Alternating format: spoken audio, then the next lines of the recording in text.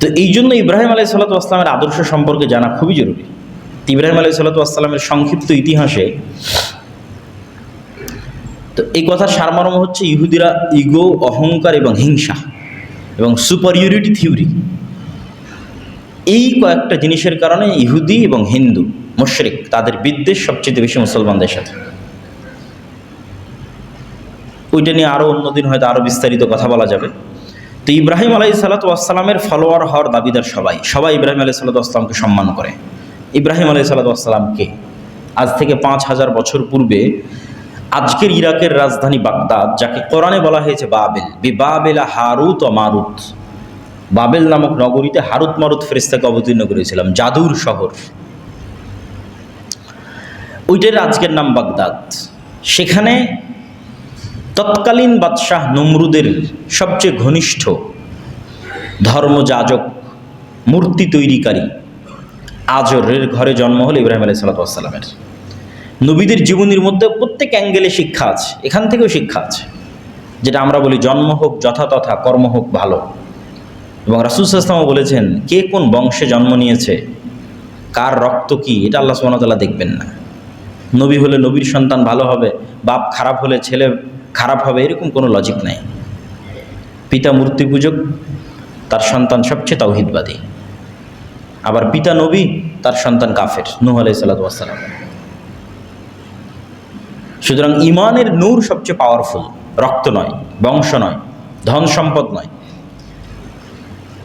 এবং আল্লাহ সুবহানাহু ওয়া তাআলার এটা পৃথিবী পরিচালনার মূলনীতি যে ফেরাউন থাকলে মুসা থাকবে, মুসা থাকলে ফেরাউন থাকবে, নমরুদ থাকলে ইব্রাহিম থাকবে। পরিবেশ যতই ভয়ঙ্কর হোক, যতই বিপরীত হোক, ওর মধ্যে থেকে আল্লাহ সুবহানাহু ওয়া তাআলা বের করে নিয়ে আসবে ইমানের সবচেয়ে শক্তিশালী নূরকে। ফেরাউনের সময় সবচেয়ে বিপরীত পরিবেশের মধ্যে মুসা আলাইহিস সালামের মতো ইমানদার মানুষকে ফেরাউনের বাড়ি থেকে নিয়ে আসা হয়েছে। আর যখন নমরুদের আমলে সারা পৃথিবী মূর্তি পূজায় ছেয়ে গেছে, তখন সবচেয়ে বড় মূর্তি পূজক যে মূর্তি বানায়, ওর ঘর থেকে আল্লাহ ইব্রাহিমকে বের করে নিয়ে আসছে। তো ইব্রাহিম আলাইহিসসালামের সেলফ অ্যানালাইসিস, উনি নিজেই আল্লাহ সুবহানাহু ওয়া তাআলা ওনাকে যে হিকমা এবং জ্ঞান জন্মগতভাবে দিয়েছিলেন, শার্প মেধা, শার্প চিন্তা শক্তি, ওই চিন্তা শক্তি দিয়ে উনি চিন্তা করতে করতে আল্লাহ সুবহানাহু ওয়া তাআলার পরিচয়ের সাথে পরিচিত হয়েছেন, যেটা আপনারা সবাই জানেন। যে তৎকালীন বিশ্বে মানুষ মূর্তির পূজা করে, সূর্যের পূজা করে। এখনও হিন্দুরা সূর্য নমস্কার, সূর্য যখন উঠবে তখন সূর্য নমস্কার আছে, সেটার ভিন্ন স্টাইল আছে। এবং এমনকি সেই হিন্দুয়ানি কালচার ফলো করে আমাদের দেশেও শিখা অনির্বাণ, অনেক আগুন, অনেক কিছু, মূর্তি, খাম্বা, সেগুলোর সম্মান। তো ইব্রাহিম আলাইহিসসালাতু ওয়াস সালাম এগুলো অ্যানালাইসিস করলেন, যে আয়াতগুলো আমি পড়েছি, উনি পার্সোনালি অ্যানালাইসিস করলেন যে এই সূর্য, এই তারকা, এই নক্ষত্র প্রত্যেকটার মধ্যে পরিবর্তন হচ্ছে, হারিয়ে যাচ্ছে, ছোট হচ্ছে, বড় হচ্ছে, নিভে যাচ্ছে। এইটা কোনো রবের বৈশিষ্ট্য হতে পারে না, বরং এগুলোর আড়ালে এমন একজন আছেন যিনি এগুলোকে অদৃশ্য থেকে কন্ট্রোল করতেছেন। এবং এই সেলফ অ্যানালাইসিসের মাধ্যমে, হিকমার মাধ্যমে যখন উনি আল্লাহর সাথে পরিচিত হলেন, ওনার ইমান যখন মজবুত হলো আল্লাহ সুবহানাহু ওয়া তাআলার প্রতি, তখন উনি এই সেম প্রশ্ন মানুষকেও করা শুরু করলেন। তো শুরু করলেন তার নিজের বাবা থেকে, ইয়া আবাতি লিমা তা'বুদ মা লা ইয়াসমা ওয়া লা ইউবসির ওয়া লা ইউগনি আনকা শাইআ। হে আমার পিতা, এমন কিছুর কেমনে ইবাদত করেন যা শুনতে পায় না, যা দেখতে পায় না, এবং আপনার কোনো উপকার করতে পারে না। লজিক্যাল কোশ্চেন, কেন উনি অনেক শার্প মেধা আল্লাহ ওনাকে জন্মগত দিয়েছিল, যে এমন কিছুর কেমনে ইবাদত করি, এমন কবরের সামনে কেমনে মাথা নত করি, এমন খাম্বার সামনে কেমনে যাই, আর এমন মূর্তির সামনে কেমনে দাঁড়াই, শোনে না, দেখে না, কোনো উপকার করতে পারে না, ইললজিক্যাল। তখন ওনার বাবা ক্ষিপ্ত হয়ে গেলেন। মানুষের প্রথম বাধা তার ঘর থেকে আসে, সত্য এবং হক ঘর থেকে বাধাপ্রাপ্ত হয়। ইব্রাহিম আলাইহিসসালামের পিতা বললেন যে তুমি যদি তোমার এই দাওয়াত পরিত্যাগ না করো, ফাইল্লাম তানতাহি লা আরজুমান্নাক ওয়াহজুরনি মালিয়া, তুমি যদি বিরত না থাকো তাহলে পাথর দিয়ে মারবো তোমাকে, আর আমার এখান থেকে দূরে সরে যাও, সরো এখান থেকে, বের হয়ে যাও আমার ঘর থেকে। তখন ইব্রাহিম আলাইহিসসালাম বলছেন, আস্তাগফিরু লাকা রব্বি, আমার প্রতিপালকের কাছে আমি আপনার জন্য দোয়া করব। ইন্না রব্বি কানা বি হাফিয়া, আমার প্রতিপালক আমাকে অনেক ভালোবাসে।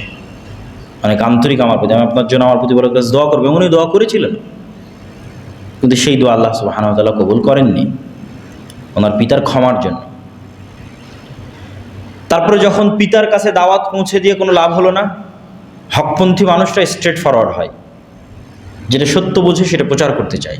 এবার উনি দেশের জনগণ, আশেপাশের সমাজের মানুষের কাছে এই দাওয়াত নিয়ে গেলেন। আশেপাশের সমাজের মানুষের কাছে যখন এই দাওয়াত নিয়ে গেলেন, সেটারও কৌশল অবলম্বন করলেন, ফিলোসফি, লজিক, দর্শন, প্রশ্ন।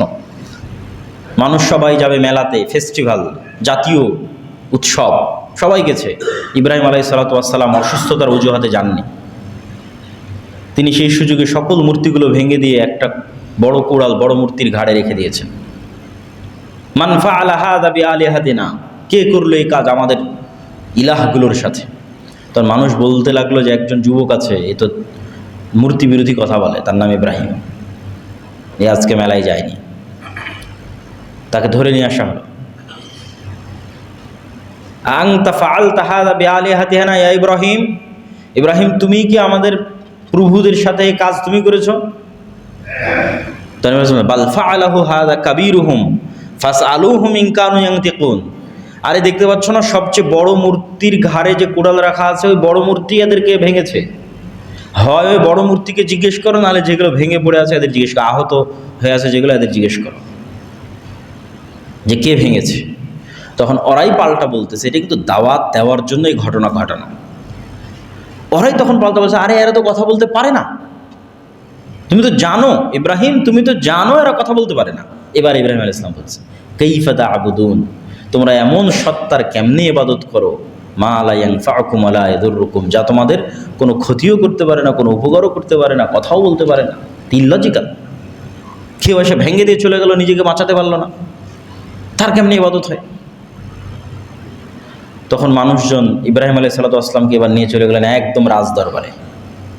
প্রথমে বাবা, তারপরে সমাজ, এবার সরাসরি বাদশাহ। কেন? ওনার দাওয়াতের উত্তর কারো কাছে নাই। এবার বাদশার সাথে তর্ক বিতর্ক। বাদশাহ বলছে, কার ইবাদত করো তুমি? বলে, আমি এক আল্লাহর ইবাদত করি। কি আছে সেই এক আল্লাহর? বলে, ইন্না রাব্বি ইউহয়ি ওয়া ইউমীত, আমার আল্লাহ মৃতকে জীবিত করতে পারে, জীবিতকে মৃত করতে পারে। তো নম্বর বলছে, আনা উহয়ি ওয়া উমীত, এটা আবার কোন বড় কথা হলো? আমিও মৃতকে জীবিত করতে পারি, জীবিতকে মৃত করতে পারি। ফাঁসির আসামিকে মুক্তি দিয়ে দিলাম, সাধারণ নিরপরাধ মানুষকে হত্যা করে দিলাম, এবং চোখের সামনে ঘটালো এই ঘটনা। তা আমি তোমার আল্লাহ আর আমার মধ্যে তাহলে পার্থক্য কী? তখন ইব্রাহিম আলাইহিস সালাম বললেন, আল্লাহ সুবহানাহু, তুমি যদি সক্ষম হও, তাহলে তুমি যেই সূর্য প্রত্যেক দিন পূর্ব দিক থেকে উঠতেছে, ফাআতি বিহা মিনাল মাগরিব, যদি তুমি নিজেকে রবই দাবি করো, তাহলে এই সূর্যকে আজকে তুমি পশ্চিম দিক থেকে উঠাও। এবং এই চ্যালেঞ্জ কিন্তু এখনও অব্যাহত। কেন এই চ্যালেঞ্জ এখন অব্যাহত? কেন? এখন সায়েন্স এবং টেকনোলজি সর্বোচ্চ স্তরে আছে। তো কেউ যদি সবচেয়ে বড় সায়েন্টিস্ট হয়, সে আসমানের নিজামকে হ্যাক করুক, যে নিজামের মধ্যে দিয়ে সূর্য উঠছে এবং ডুবছে, চন্দ্র উঠছে এবং ডুবছে। ইব্রাহিম আলাইহিস সালাম এই চ্যালেঞ্জ দিয়েছিলেন যে তুমি এটা করো। এখন যেমন আমাদের মোবাইল, কম্পিউটার সবই হ্যাক করা যায়, আসমানি সিস্টেমকে কেউ হ্যাক করুক এবং সেই সিস্টেমের মধ্যে নিজে থেকে পরিবর্তন নিয়ে আসুক। মানুষের সভ্যতা যত উন্নতি হোক না কেন, এই চ্যালেঞ্জ চলমান যে আসমানের সিস্টেমকে হ্যাক করতে হবে। কে হ্যাক করতে পারো আসো, এবং সেখানে নিজের সিস্টেম চালাতে পারো। ফাবুহিতাল্লাযী কাফার। এবার যখন বাদশাহ ইব্রাহিম আলাইহিস সালাতু ওয়াস সালামের যুক্তির সামনে পরাজিত হয়ে গেল, মানুষ যখন যুক্তিতে পারে না, তখন জুলম এবং অত্যাচার নেমে আসে। হাররিকুহু ওয়ানসুরু আলিহাতাকুম, আগুন জ্বালাও তোমাদের রব এবং প্রতিপালকের বিরুদ্ধে। ধর্মদ্রোহিতা, অপমানসূলক কথা বলতেছে, একে আগুন জ্বালিয়ে হত্যা করো। আল্লাহ সুবহানাহু ওয়া তাআলা বলেন, ইয়া নারু কুনি বারদাম ওয়া সালামান আলা ইব্রাহিম, হে আগুন তুমি ইব্রাহিমের জন্য ঠান্ডা শীতল হয়ে যাও। তাই ঘটলো। আগুন প্রজ্বলন শেষ হয়ে গেল, ইব্রাহিম আলাইহিস সালাতু ওয়াস সালাম অক্ষত অবস্থায় বের হয়ে আসলেন। যখন তারা বুঝলো ইব্রাহিম আলাইহিস সালাতু ওয়াস সালামকে হত্যা করতে পারছে না, তখন তাকে দেশ থেকে বের করে দিল। প্রায় সব নবী নিজ এলাকা থেকে বিতাড়িত হয়েছে, নিজ সমাজ থেকে বিতাড়িত হয়েছে, নিজ দেশ থেকে বিতাড়িত হয়েছে। আমরা যদি বিতাড়িত না হয়ে থাকি, তাহলে আমাদের দাওয়াতের মধ্যে কম্প্রোমাইজ আছে। দাওয়াত যে খুব শক্তভাবে হুবহু শতভাগ তাওহীদপন্থীর উপর দাওয়াত দিবে, তার মধ্যে এই জুলুম, এই বিপদগুলো নেমে আসবে। ইব্রাহিম আলাইহিসসালামের জীবনী দেখেন আর মুহাম্মদ সাল্লাল্লাহু আলাইহি ওয়াসাল্লামের জীবনী দেখেন, অনেক কিছু কমন পাবেন। ইব্রাহিম আলাইহিস সালাম যেমন মূর্তি পূজার সমাজে জন্ম নিয়েছে, মুহাম্মদ সাল্লাল্লাহু আলাইহি ওয়াসাল্লাম মূর্তি পূজার সমাজে জন্ম নিয়েছে। ইব্রাহিম আলাইহিস সালাম যেমন নিজ পরিবার এবং সমাজে দাওয়াত দিয়েছে, মুহাম্মদ সাল্লাল্লাহু আলাইহি ওয়াসাল্লাম নিজ পরিবার সমাজে দাওয়াত দিয়েছে। ইব্রাহিম আলাইহিস সালামকে যেমন তার মানুষ এলাকা থেকে বের করে দিয়েছে, মুহাম্মদ সাল্লাল্লাহু আলাইহি ওয়াসাল্লামকে মানুষ তার এলাকা থেকে বের করে দিয়েছে। তাহলে ইব্রাহিম আলাইহিস সালাম ইরাক থেকে হিজরত করে কোথায় গেলেন? শাম, সিরিয়া, ফিলিস্তিন। আর মুহাম্মদ সাল্লাল্লাহু আলাইহি ওয়াসাল্লাম হিজরত করে কোথায় গেলেন? মক্কা থেকে মদিনা। এই জন্য রাসূল সাল্লাল্লাহু আলাইহি ওয়াসাল্লাম বললেন, কিয়ামত পর্যন্ত দিন থাকবে কোথায়? যেখানে মুহাম্মদ সাল্লাল্লাহু আলাইহি ওয়াসাল্লাম হিজরত করে গেছে আর যেখানে ইব্রাহিম আলাইহিস সালাম হিজরত করে গেছে। দারু হিজরতে মুহাম্মদ ওয়া দারু হিজরতে ইব্রাহিম। দারুল হিজরা, যেই জায়গা মুহাম্মাদের হিজরতের জায়গা আর যেই জায়গা ইব্রাহিমের হিজরতের জায়গা, কিয়ামত পর্যন্ত এই দুই জায়গায় হক থাকবে। শামে হক থাকবে, মদিনায় হক থাকবে, এখনো আছে। ইব্রাহিম আলাইহিস সালাম শাম, সিরিয়া, ফিলিস্তিনে হিজরত করে গেলেন। সারা আলাইহিস সালামের সাথে তার বিবাহের ঘটনা কখন, তা কোরআন এবং হাদিসে স্পষ্ট জানা যায় না। কিন্তু সিরিয়া এবং ফিলিস্তিন থেকে খাদ্যের সন্ধানে অথবা কোনো কাজে মিশর যাচ্ছেন। আর শাম এবং মিশরের সাথে এই যোগাযোগ 5000 বছরের পুরাতন। ইব্রাহিম আলাইহিস সালাম যেমন শাম থেকে মিশর যাচ্ছে, তারও কয়েক শত বছর পর ইউসুফ আলাইহিস সালাম এবং তার ভাইয়েরা শাম থেকে মিশর যাবে। তার কয়েক শত বছর পর মুসা আলাইহিস সালাম বানু ইসরায়েলদের নিয়ে মিশর থেকে শামে আসবে, ফিলিস্তিনে আসবে।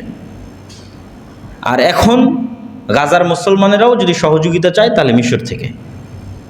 তাহলে ফিলিস্তিন এবং শাম, এই মিশর অথবা শাম এবং মিশরের এই যোগাযোগ 5000 বছরের পুরাতন। এই যাত্রাপথের এক জালেম বাদশাহ, সুন্দরী নারীদের প্রতি তার লোলুপ দৃষ্টি ছিল। সে ইব্রাহিম আলাইহিস সালামের স্ত্রীকে জোরপূর্বক উঠিয়ে নিয়ে যায়, যদিও ইব্রাহিম আলাইহিস সালাম পরিচয় দিয়েছিলেন যে আমার ভাই এবং বোন, স্বামী স্ত্রী নয়।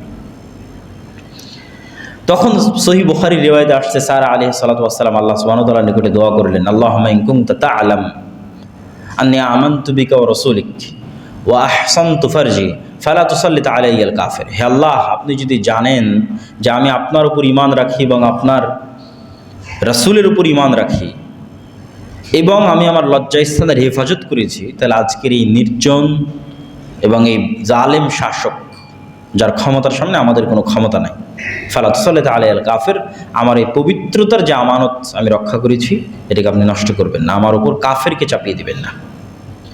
তো সহিহ বুখারীতে আসছে যে 3বার এই ঘটনা ঘটল, তথা বাদশাহ অজ্ঞান হয়ে পড়ে গেল। আবার কান্নাকাটি করে সারা আলাইহিস সালামের কাছে ক্ষমা চাইলো, তুমি আমাকে বাঁচাও।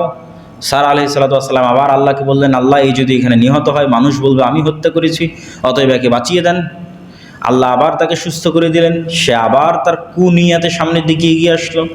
আবার সারা আলাইহিস সালাম আল্লাহর কাছে দোয়া করলেন, আবার সে অজ্ঞান হয়ে পড়ে গেল। এই ঘটনা 3বার ঘটল। এখান থেকে একটা জিনিস বোঝা যায় যে আল্লাহ সুবহানাহু ওয়া তাআলার কিছু বান্দা এবং বান্দি আছে যাদের মুখের কথা আল্লাহ সুবহানাহু ওয়া তাআলা সাথে সাথে বাস্তবায়ন করেন। তারা আল্লাহ সুবহানাহু ওয়া তাআলার এত নিকটে যে তাদের মুখ দিয়ে যেটি উচ্চারিত হয় সেটি বাস্তবায়ন করা আল্লাহর জন্য লাজেম হয়ে যায়। না বাস্তবায়ন করলে আল্লাহ নিজে লজ্জা পান। তার অবস্থান আল্লাহর নিকটে এত নিকটে। সেই রকমই একজন হচ্ছে সারা আলাইহিস সালাম। তিনি মুখ দিয়ে বলতেছেন আল্লাহ এক থেকে বাঁচাও, পড়ে যাচ্ছে, বলছে আল্লাহকে সুস্থ করে দাও, সুস্থ হয়ে যাচ্ছে। মানে মুখ দিয়ে যা উচ্চারণ হচ্ছে তাই হচ্ছে 6 বার। বাদশাহ যখন বুঝলো যে সে এই মহিলার কোনো ক্ষতি করতে পারবে না, তখন সে তার অধীনস্থ মহিলাদের মধ্যে থেকে সবচেয়ে সম্মানিতা এবং সবচেয়ে আত্মমর্যাদা সম্পন্ন, যিনি অন্য কোনো বাদশার কন্যা ছিলেন, কোনো যুদ্ধের কারণে তার কাছে যুদ্ধবন্দিনী অবস্থায় এসেছিল, হাজেরা আলাইহিস সালামকে হাদিয়া হিসেবে সারার সাথে ইব্রাহিম আলাইহিস সালামের সাথে বিদায় দিলেন। ইব্রাহিম আলাইহিস সালামের বয়স 80 বছর পার হয়ে গেছে, 100 বছর ছুঁই, কিন্তু ওনার কোনো সন্তান হয়নি। তো সন্তানের আশাতেই সারা আলাইহিস সালাম ইব্রাহিম আলাইহিস সালামের বিবাহ হাজেরা আলাইহিস সালামের সাথে দিলেন। যেহেতু সন্তান হচ্ছে না, মানুষের সবারই সন্তানের চাওয়া থাকে, এবং হাজেরা আলাইহিস সালামের সাথে বিবাহ হওয়ার পর আল্লাহ সুবহানাহু ওয়া তাআলা ইব্রাহিম আলাইহিস সালামকে প্রথম সন্তান দিলেন ইসমাইল। এবং মহিলাদের মধ্যে যে স্বাভাবিক ঈর্ষা কাজ করে, যে যখনই কারো সন্তান হয় এবং সন্তান যদি সুন্দর ফুটফুটে হয়, তাহলে পিতার স্বাভাবিক আগ্রহ এবং ভালোবাসা ওই স্ত্রীর প্রতি বিরাজ করবে যার সন্তান হয়েছে।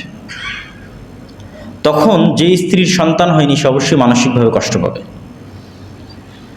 এই মানসিক কষ্ট এবং এই ঈর্ষা থেকে বাঁচতেই এবং এর পেছনে আল্লাহর হিকমাও ছিল।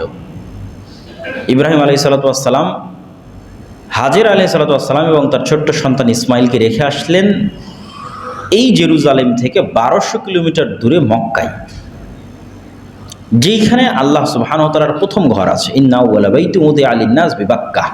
কিন্তু নূহ আলাইহিস সালামের বন্যায় সেটা ধ্বংস হয়ে গেছে, এখন ওখানে ঘরের কোনো চিহ্ন নাই।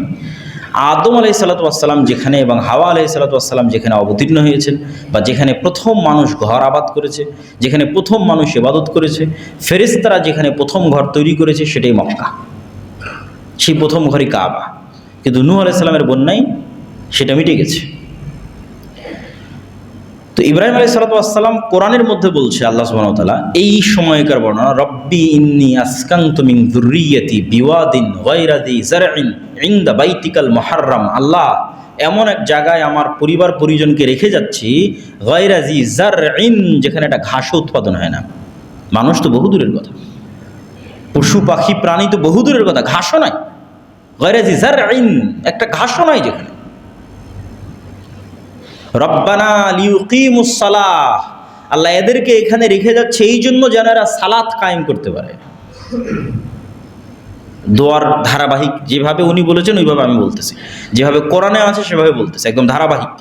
যে আল্লাহ নির্জন মরুভূমিতে আমার পরিবার পরিজনকে রেখে যাচ্ছি, যেখানে একটা ঘাসও উৎপাদন হয় না। কেন রেখে যাচ্ছি? লিউকিমুস সালাহ, যেন এরা এই নগরীতে সালাত প্রতিষ্ঠা করতে পারে। হে আল্লাহ, আপনি মানুষের অন্তরকে ঘুরিয়ে দেন এই শহরের দিকে। পরের বাক্য,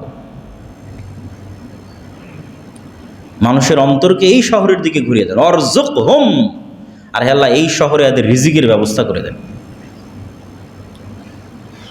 এই দোয়া ইব্রাহিম আলাইহিস সালাম করছেন কখন? যখন তিনি তার স্ত্রীকে রেখে পাহাড়ের আড়াল হয়েছেন তখন। আর যখন রেখে যাচ্ছেন তখন সহিহ বুখারীর রিওয়ায়াতে আছে যে হাজেরা আলাইহিস সালাতু ওয়াস সালাম বারবার জিজ্ঞেস করছেন, আইনা তাযহাব আনতা ইব্রাহিম, স্বামীর নাম ধরেই বলছেন, ইব্রাহিম আপনি কোথায় চলে যাচ্ছেন? এবং এমন জায়গায় রেখে যাচ্ছেন যেখানে সেই কিছুই নেই, লা ইনস ওয়ালা সেই, কোনো মানুষ নাই আর কিছুই নেই, মানুষও নাই, পশু পাখি গাছপালা কিছু নেই। তো ইব্রাহিম আলাইহিস সালাতু ওয়াস সালাম কোনো উত্তর দিচ্ছেন না। তিনবারই প্রশ্ন করার পর হাজেরা আলাইহিস সালাতু ওয়াস সালাম বলেন, আল্লাহ আমারাক, আল্লাহ কি আপনাকে আদেশ দিয়েছে আমাদের এখানে রেখে যাওয়ার জন্য? ইব্রাহিম ইসলাম বললেন নাম ফালাই ইউদাইয়া আনাল্লাহ। যখন ইব্রাহিম ইসলাম বললেন হ্যাঁ, তখন হাজেরা উত্তরে বলছেন, যদি আল্লাহর আদেশ হয় তাহলে আমাদেরকে আল্লাহ ধ্বংস করবেন না। কি পরিমাণ তাওয়াক্কুল, আল্লাহর উপর ভরসা হলে, আল্লাহর উপর ঈমান হলে এই ধরনের পরিস্থিতিতে এই ধরনের উত্তর দেওয়া যায়। এবং তারপরের ঘটনা তো আপনাদের জানাই আছে, যতটুকুই খাবার ছিল সেটা যখন শেষ হয়ে গেল এবং পানির অভাবে, নির্জন মরুভূমিতে পানিরও ব্যবস্থা নেই, একটা মানুষকে, একটা পরিবারকে এমন জায়গায় রেখে যাওয়া হচ্ছে যেখানে পানিরও ব্যবস্থা নেই। এটা কল্পনাও করা যায় না, চিন্তাও করা যায় না। তো যখন উনি পানির সন্ধানে সাফা এবং মারোয়া দুই পাহাড়ের মধ্যে দৌড়াতে লাগলেন যে আশেপাশে কোনো মানুষ আছে কিনা, কারো কাছে সাহায্য চাওয়া যায় কিনা, পাওয়া যায় কিনা। তো এই সাফা এবং মারওয়া পাহাড়ে দৌড়ানোর কথা আল্লাহ কোরআনে বলছেন, ইন্নাস সাফা ওয়াল মারওয়াতা মিন শাআইরিল্লাহ। এই সাফা আর এই মারওয়া পাহাড়ে আজকে একজন সাধারণ মহিলা তার নিজ প্রয়োজনে দৌড়াচ্ছে, কিন্তু তাদের তাওয়াক্কুল এবং ঈমান আল্লাহর উপর এত বেশি